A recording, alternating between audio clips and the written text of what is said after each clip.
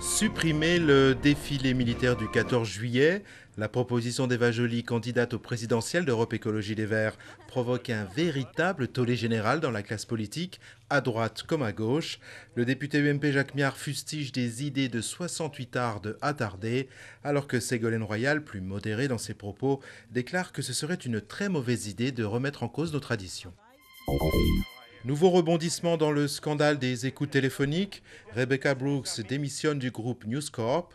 Le groupe Murdoch, déjà dans le collimateur des députés britanniques, fait depuis jeudi l'objet d'une enquête de la police américaine pour établir si le géant des médias avait pu aussi espionner des conversations téléphoniques aux États-Unis, notamment de familles de victimes des attentats du 11 septembre. Après les sénateurs, les députés italiens donnent le feu vert à un plan d'austérité renforcé. Les 48 milliards d'euros d'économies ont été votés à une assez large majorité.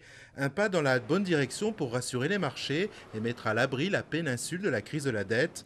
Les marchés suivront également avec une grande attention les résultats des tests de résistance subis par 91 banques européennes. Au moins 17 tués au cours des manifestations monstres contre le régime en Syrie selon des opposants. Plus d'1 million de Syriens sont descendus dans la rue dans plusieurs villes du pays, dont Damas. C'est le chiffre le plus élevé fourni par les opposants pour une journée de manifestation depuis le début du mouvement, le 15 mars.